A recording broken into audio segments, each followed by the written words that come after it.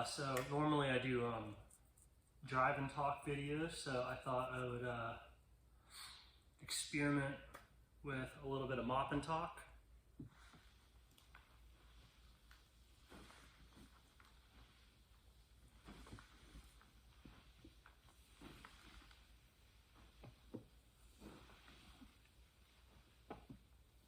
Mopping is one of my absolute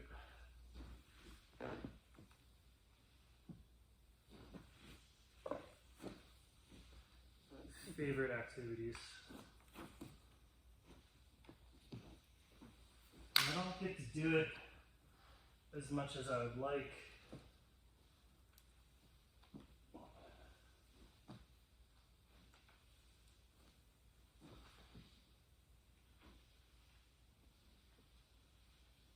Because nobody pays for good mopping.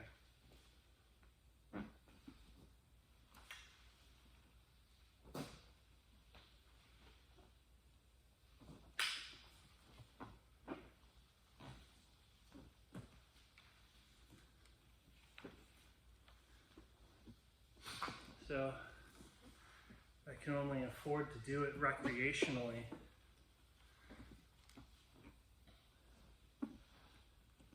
In my spare time.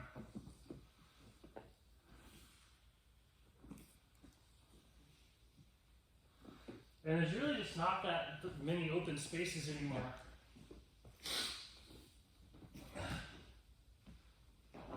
That allow hand mopping. You know, but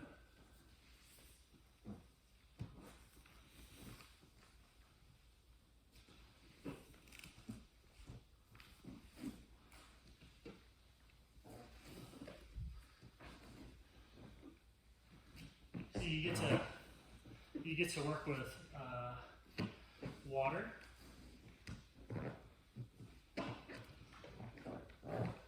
The mop's wide enough that it actually has some of the feel properties of moving around water. So there's a fun little wave and inertia dynamic that comes when something's wet.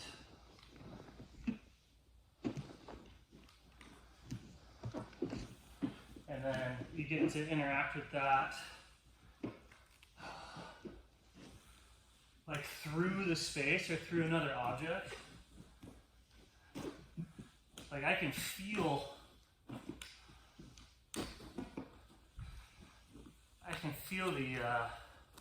the end of the mop. You know, I can feel it the same way that I feel my toes. And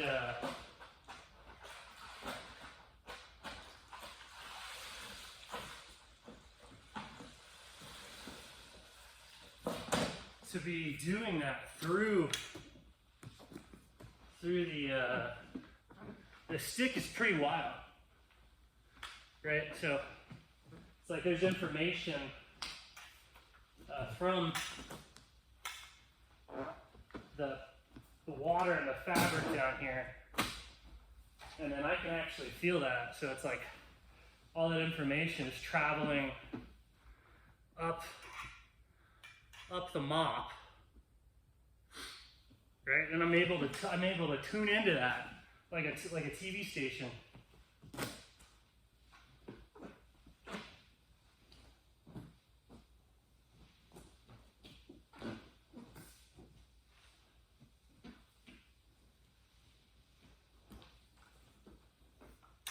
And so that activity's kind of fun, especially because it's like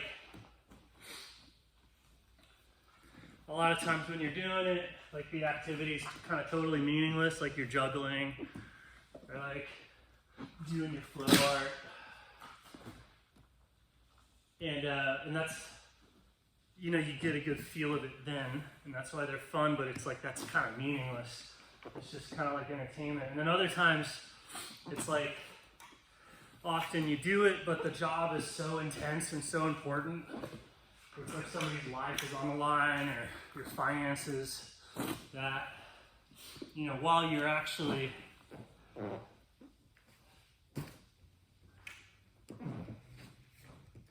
you know, that's escaping the confines of your physical body.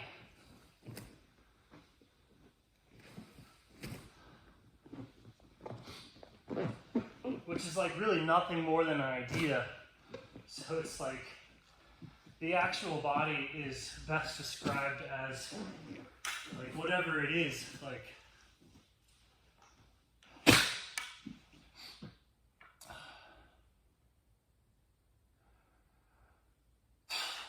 like matter, or the normal mind state of being embodied, is like best described as that is imaginary in comparison to reality.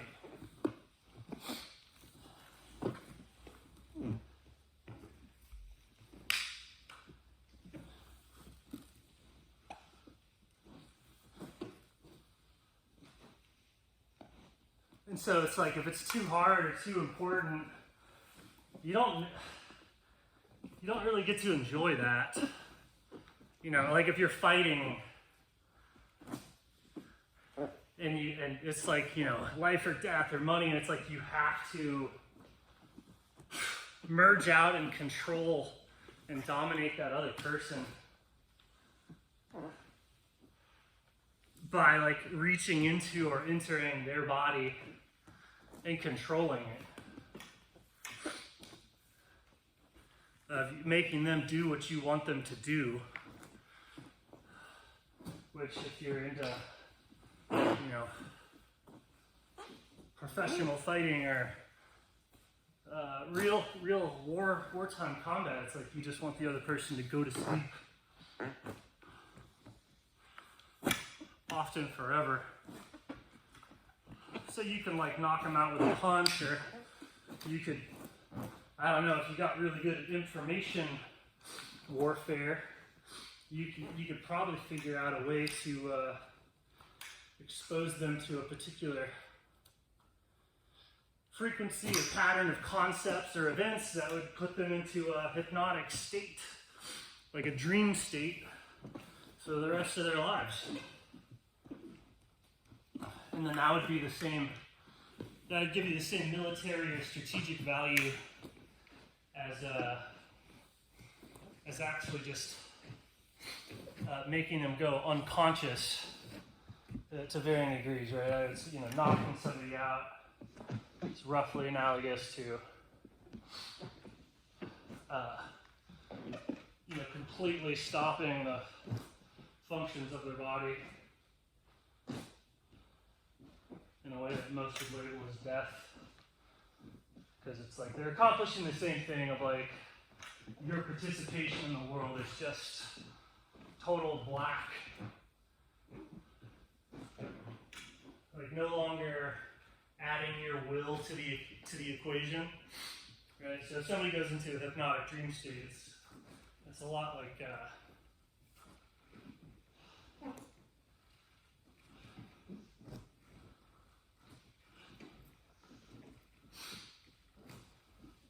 as long as you're able to like dialogue with their dream state or their delusion, it's like they'll do whatever you want, right?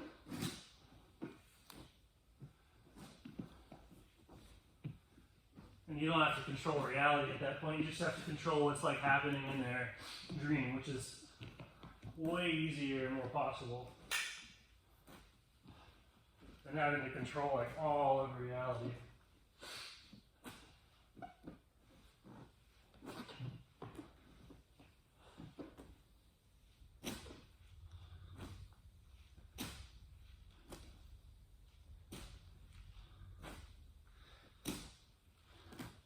And that takes us to like the crux of the whole issue in some cases, because it's like, this crazy, I don't know, panic or whatever it is about this hypnotic idea about like what healthcare is, which is based on what you think you are. And I guess since everyone's like into materialism, it's like, how do we just actually fix this materialistic, all these problems, right? Like, how do we fix all the people dying from the air, from the molecules in the air? And that's the big question today is, how do you keep everyone from being killed by molecules in the air?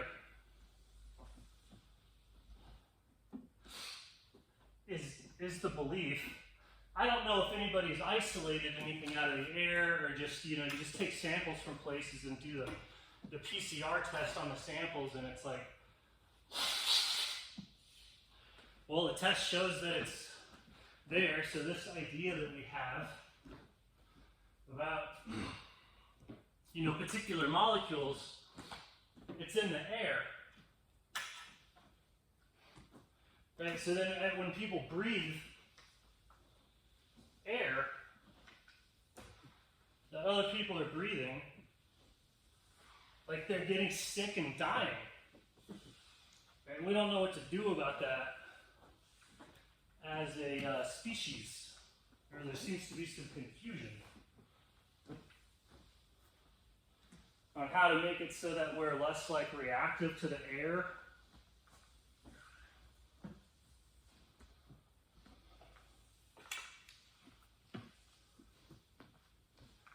And stuff in it.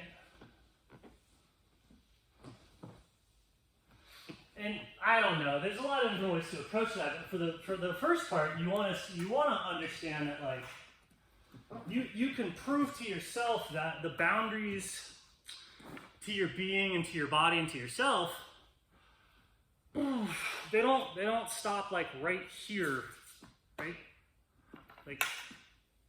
I'm all the way over here, and I think you could say that I'm lying. Right? You could definitely say that I can't feel this mop. So you have to take that part on faith, right? But if you believe me that I can feel this mop,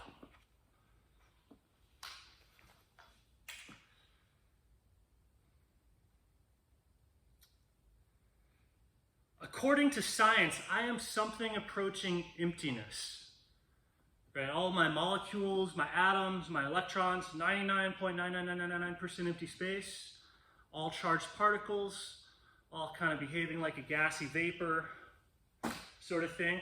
So, according to science, it's like I'm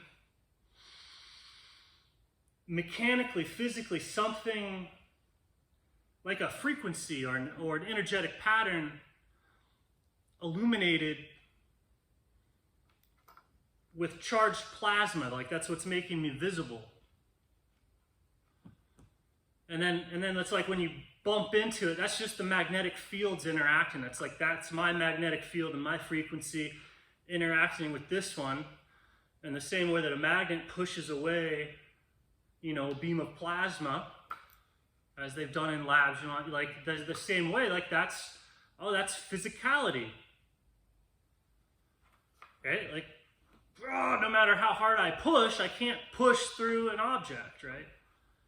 But that doesn't necessarily mean it's solid. That just means there's some electromagnetic forces in equal and opposition to each other. Feels very solid, right? But for the most part, it's this is that information over there, and this thing is traveling out, moving down this information and touching my soul, through these various plasma mediums that are functioning at different scales.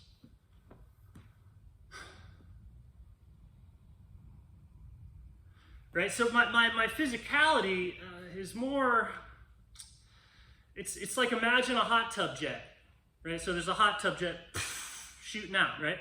That current right there in the water is my body, or it's your body, right? And so you can definitely say, oh, the current stops and starts right there. You can be like, okay, my finger's not in it. Okay, my finger is inside the current, right? So I'm inside and outside the body. But there's actually no wall. There's no boundary, there's no physicality, there's no object. There's not an object there in the current. in the traditional sense of the word. You see how the object is an imagination added over the reality of, the water and then the current going through the water. You say that current, where is that current? It's right there, I'm going to measure it.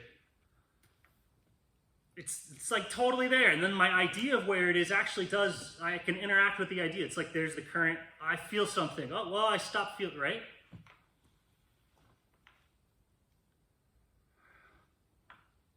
But it's just a giant chunk of water, right? It's the entire hot tub. It's the entire pool. That's one object. That's the actual object, is the water, unbroken, undifferentiated, right? That's the object. So when we're talking life extension, to make the air less likely to shut down the current, like that's your current that maintains your distinctness from the rest of existence, right? We want that current to be strong.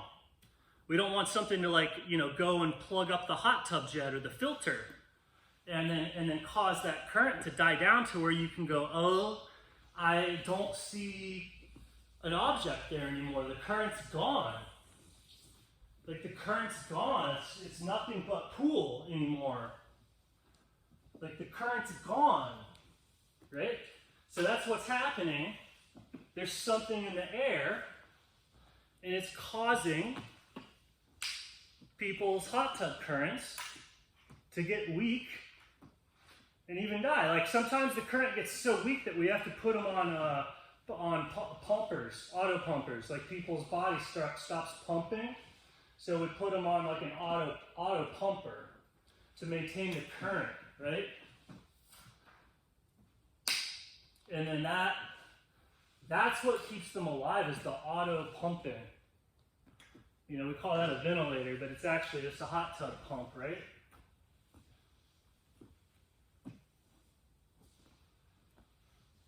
So there's something in the air clogging up the gears to the pump.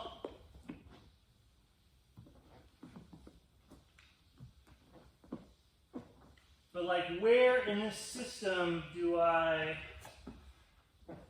go to address the problem for that current getting weaker? It's like a giant autonomous self-pumping system. So it's like you could do something, you could do something to make it so that your pump is protected or safer by limiting and dominating the actions, the beliefs, or the behaviors of other people. But we're all pumping each other together. Like the current that's making the hot tub jet is everyone's doing that all together with their will. So it's like if you fight the will of somebody else, even if you win, your overall hot tub jet current is diminished by 2. You get to do what you want, but you're twice as close to dying. Like you made them do what you wanted, but your wills canceled each other out. So your hot tub current actually diminishes. You get closer to death no matter what it looks like. So even if you thought that they were like the thing clogging your hot tub jet and you remove the clog, oh, boom. Boom. Actually, they were part of the pump. Right, so regardless about the beliefs of the toxicity of the air and the self-replicating nanobots that we call viri, that's plural, viri, regardless of the reality or whatever we're going to learn about the hypothetical self-replicating nanobots in the air, those self-replicating invisible nanobots in the air, that's what most people think is clogging people's hot tub jets, right? So it's like, what are we going to do about that?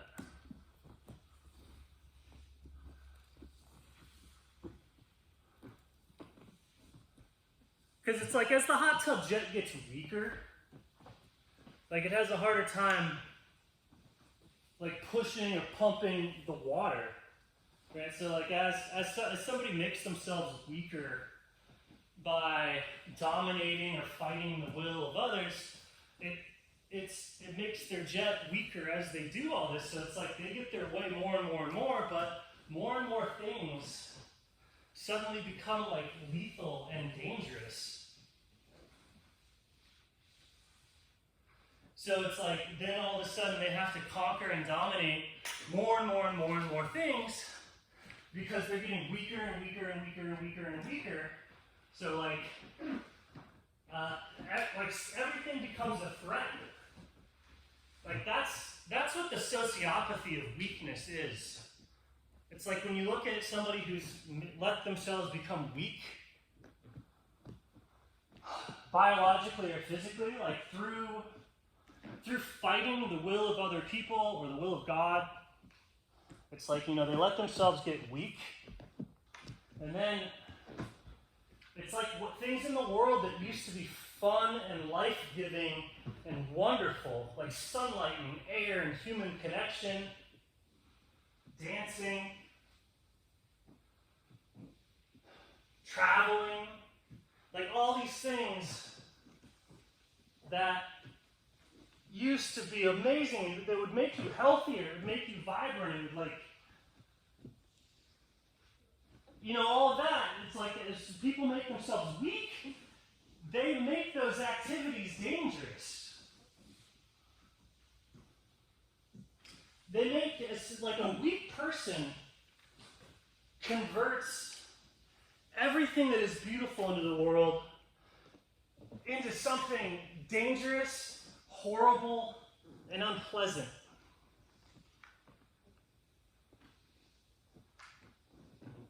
And then uses the compassion that we have for each other to beg or the request that we remove everything that's dangerous to this weak person.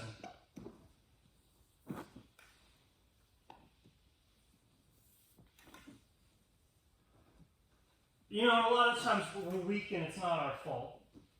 And it's like society should do everything in its power to help the weak, to help make them strong, and to support them where they can't be made strong.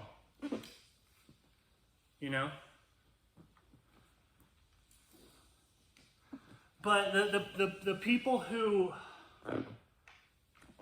breed weakness in themselves or other people, like fragility,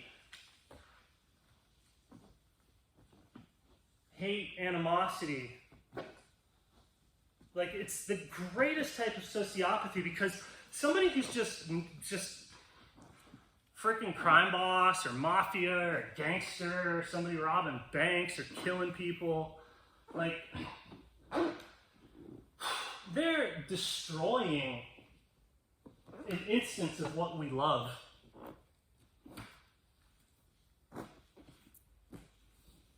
They're destroying an instance of it. But the people that breed weakness, they're destroying the entirety of it. They want it gone.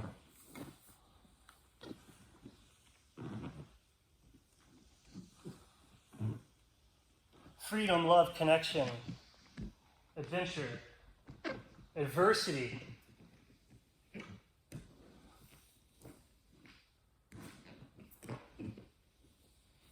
Hope, future. Vibrancy rather than monotony. Truth rather than lies, right? It's, But it's like somehow we have to fix. We have to somehow fix how some people are reacting to the air. The self-replicating nanobots in the air, the objects in the air that are clogging the object that is our body. We have to somehow fix that problem. You know, that everyone in the world has agreed that there's self-replicating bio-nano robots in the air, and then that's why some people are getting sick and dying. So we have to somehow defeat the self-replicating nanorobots that either escaped from a lab or you know, the nanorobots were living in animals for a while, and then the nanorobots randomly mutated or intentionally mutated, then they started living inside, you know, us. So it's like, what does that mean? It's like the self-replicating nanorobots that aren't alive, those live inside of what are the bio? Are we self-replicating nanorobots? What type of object are we? It's like these nanorobot objects, invisible, too small to see in the air. They if they get in your nose, if you take a breath and you get too many nanorobots in your lungs, those nanorobots take over your cells and they'll kill you. It'll kill you if you get too many nanorobots in your body. Like, that's why we have tests. We have tests that can measure the number of nanorobots in your body, and unless you're clear, like you need below a certain threshold of nanorobots in your bloodstream, or you can't go to work.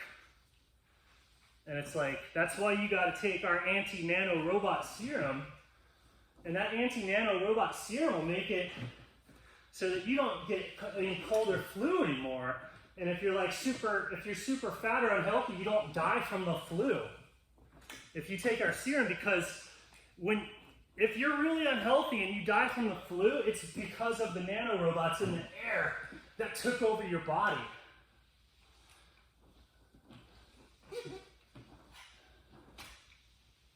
Virus is short for self-replicating nanorobot, right? So we have an anti-nanorobot serum. It'll teach your weak bio body to recognize the foreign nanorobot invaders. It'll teach you to recognize and to be able to tell the difference between yourself and the bio-nanorobot invaders, our serum. Based on, we managed to capture one of the bio-nanorobots in China, and we read its source code, which is the thing by which it reproduces itself. You know, and then we took that source code and we ran it through our systems, and we reverse engineered the nanorobot's main weapon, which is the spike protein. It actually attacks you with these spikes. So we reverse engineered it. We figured out how to make a spike. You know what? And then, so then we give you the code for that, right? We go, hey body, here's some code. And this code instructs you on how to make this nanorobot spike weaponry. Right? And so then some cells in your body start making nanorobot spike weaponry. And then that makes all the other cells in your body freak out when they see that nanorobot spike weaponry, because they're like, oh my god, the nanorobots are coming! Oh my god! Right? And then they mount an immune defense, and then they learn, and then you learn from that. That's what our serum does for you. You learn how to fight those nanorobot spike protein weapons. So then when the nanorobots actually invade your body through the air you're breathing, you know, if you get too many, they're everywhere in the air, right? But if you get too many, they'll breach your lungs and your mouth, and they'll invade to the rest of your body. So that's why you got to stay masked all the time, because there's nanorobots everywhere, and somewhere they're pretty dense. So if you can keep out even 20% or 60% of the nanorobots, it'll greatly slow down the spread. Will definitely slow down the spread of the nanorobot invasion.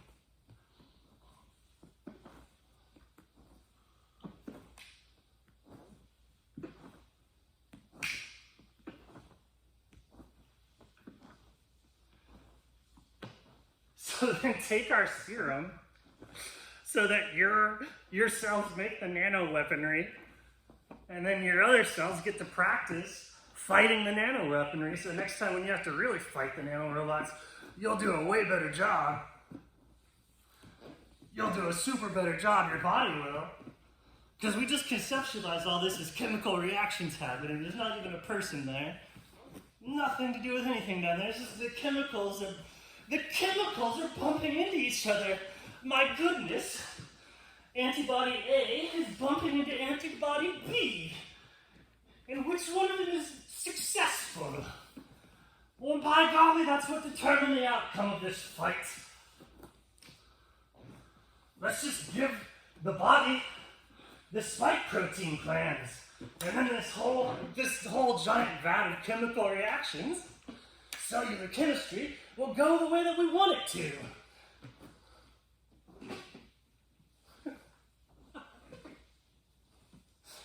So we have to somehow fix that problem. We have to win the war on nanobots. Some people say the nanobots are here to stay forever. They're going to be endemic. There's just always going to be nanobots in the air. And so we have to be constantly studying the nanobot weaponry in the air. The invisible, microscopically tiny nanobots in the air. They're constantly evolving. And